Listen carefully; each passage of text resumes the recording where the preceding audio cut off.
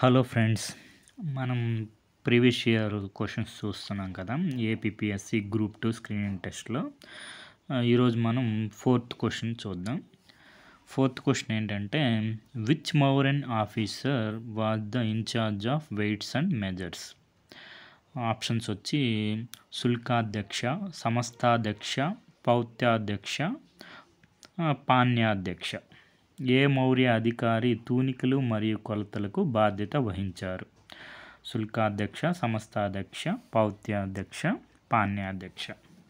So ఈ question వచ్చి మౌర్యన్ అడ్మినిస్ట్రేషన్కి సంబంధించింది, ఏన్షియంట్ ఇండియన్ హిస్టరీలో వస్తుంది మనకి. సో మనకి ఇప్పుడు ఇలాంటి క్వశ్చన్స్ వచ్చినప్పుడు మనకి ఆ వర్డ్స్కి కొద్దిగా మీనింగ్ తెలిస్తే మనకి ఈజీగా ఉంటుంది. లేదంటే డైరెక్ట్ తెలిసినా కానీ ఆన్సర్ పెట్టేయచ్చు. ఫర్ ఎగ్జాంపుల్ మనకి ఇప్పుడు శుల్కాధ్యక్ష, శుల్కము అంటే ఏంటి? ట్యాక్సెస్ అన్నమాట.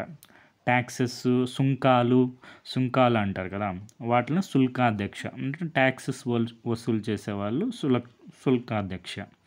ఇది సమస్తాధ్యక్ష అని ఉంది. సమస్తము అంటే అన్నీ చూసుకునే వాళ్ళని.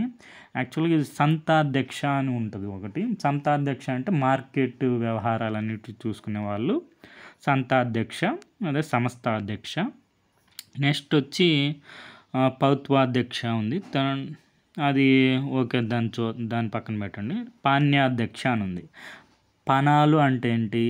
మనకి అనాలు ఎట్లాగో మౌర్యన్ అడ్మినిస్ట్రేషన్, మౌర్యన్ టైంలో పణాలు అని ఉండేవి, సిల్వర్ కాయిన్స్ అనమాట. సో ఇది మనీ రిలేటెడ్. సో ఇంకా మిగిలింది ఏంటి? పౌత్వాధ్యక్ష. ఈ శుల్కాలు అంటే ట్యాక్సెస్ వస్తుంది, సమస్త అంటే అన్ని సంత మార్కెట్ అది వస్తుంది, పాణ్యాధ్యక్ష అంటే మనీ రిలేటెడ్. మనకు కావాల్సింది ఏంటి? తూనికలు, కొలతలు. ఇంకా ఇవన్నీ ఆప్షన్స్ ఎలిమినేట్ అయిపోతే ఇంకా ఇదే పౌత్వాధ్యక్ష ఉంటుంది. సో ఆన్సరు పౌత్వాధ్యక్ష. మనకి చూసుకున్నట్టయితే ఇది లూసెంట్స్ జీకే బుక్లో నీట్గా ఉంటుంది. మొత్తం అన్ని మౌర్యన్ అడ్మినిస్ట్రేషన్లో ఇంపార్టెంట్ ఆఫీసర్స్ నేమ్స్ అన్నీ ఒకసారి చూసుకోండి. ఫర్ ఎగ్జాంపుల్ మనకి పేరులోనే ఉంటుంది, కొద్దిగా ఐడియా ఉంటే వర్డ్స్ మీనింగ్ మనకు అర్థమైపోతుంది. సీతాధ్యక్ష అంటే ఇప్పుడు సూపర్వైజ్ అగ్రికల్చర్. ఈ అధ్యక్ష అంటే ఏం లేదు, సూపరింటెండెంట్ అని, అంటే ఇన్ఛార్జ్ ఆఫీసర్ అన్నట్టు. సీతాధ్యక్ష పేరులోనే ఉంది కదా. సీత అంటే పొలం అనమాట. మనకి రామాయణంలో మనకి సీతాదేవి పొలంలో దొరుకుతుంది కాబట్టి ఆమె సీత అయింది. సో సీతాధ్యక్ష అంటే మనకి అగ్రికల్చర్ రిలేటెడ్ అని కొద్దిగా ఐడియా ఉంటే మనకి అగ్రికల్చర్ని సూపర్వైజ్ చేసే ఆఫీసర్ని, సూపరింటెండెంట్ని సీతాధ్యక్ష అంటారు అని అట్లా. నెక్స్ట్ సమస్తాధ్యక్ష, సూపరింటెండెంట్ ఆఫ్ మార్కెట్.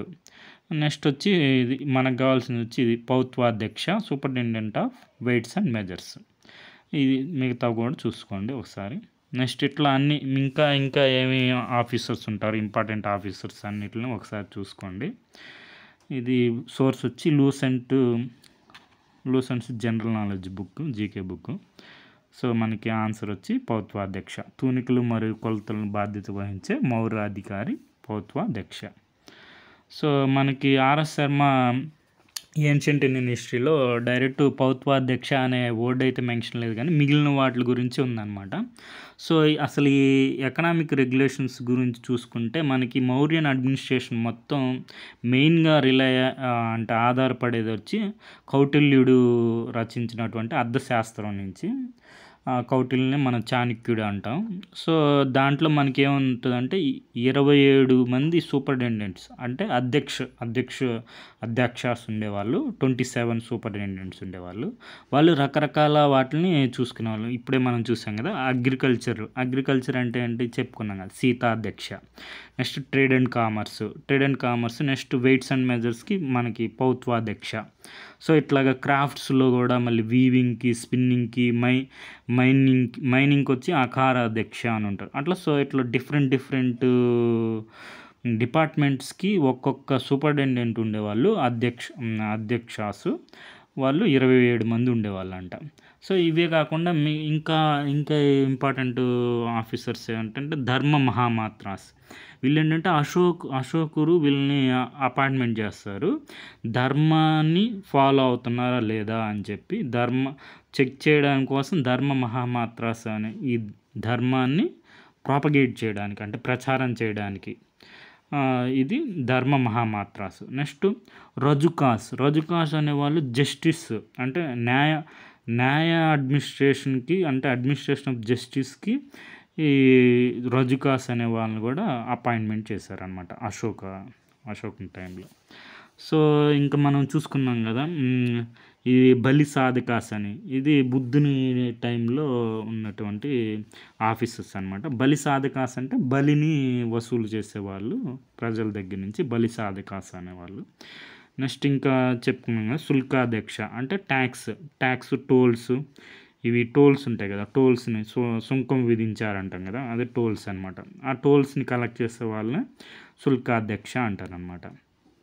సో ఇంకా ఎవరెవరు ఉంటారు, పురోహిత అంటే మనకి సింపులే ప్రీస్ట్, కమాండర్ ఇన్ చీఫ్ అంటే సేనాపతి, క్రౌన్ ప్రిన్స్ అంటే యువరాజా.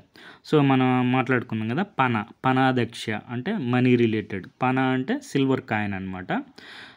ఒక్కొక్కరికి ఈ ముఖ్యమైన వీళ్ళందరికీ ఎంతెంత మనీ ఇచ్చేవాళ్ళు. 48,000 పనాస్ వచ్చి ఎవరికి, వీళ్ళు పురోహిత్కి, కమాండర్ ఇన్ చీఫ్కి, క్రౌన్ ప్రిన్స్ అంటే యువరాజుకి చెల్లించేవాళ్ళు అనమాట. లోయెస్ట్ ఆఫీసర్కి, అంటే కింద పనిచేసే ఉద్యోగులకి 60 పనాలు మాత్రమే ఇచ్చేవాళ్ళు అనమాట. ఇంకా కొంతమందికి అయితే 10 నుంచి 20 పనాలు మాత్రమే ఇచ్చేవాళ్ళు. దీన్ని బట్టి మనకు అర్థమవుతుంది ఏంటంటే చాలా ఎనార్మస్ గ్యాప్స్ ఉండేవన్నమాట హైయెస్ట్ లోయెస్ట్ గవర్నమెంట్ సర్వెంట్స్కి. 48,000 ఎక్కడ, 10-20 పనాలు ఎక్కడ, సో అంత డిఫరెన్స్ ఉండేదన్నమాట. సో ఇది మనకి RS Sharma sir book, ancient Indian history 11th class old NCERT. So ఇదంతా మాకు ఎందుకయ్యా అనుకుంటే, మనకి సింపుల్గా గూగుల్ తల్లిని అడిగితే వచ్చేస్తుంది. పౌత్వాధ్యక్ష మౌర్యన్ ఎంపైర్లో officer incharge of standardise weights and measures, కొలతలు తూనికలకి ఆఫీసరు పౌత్వాధ్యక్ష. సో ఇంకా మనం చూసుకుంటే అడ్మినిస్ట్రేషను సెంట్రలైజ్డ్గా ఉండేది, ఎఫిషియెంట్గా ఉండేది మౌర్యన్ టైంలో.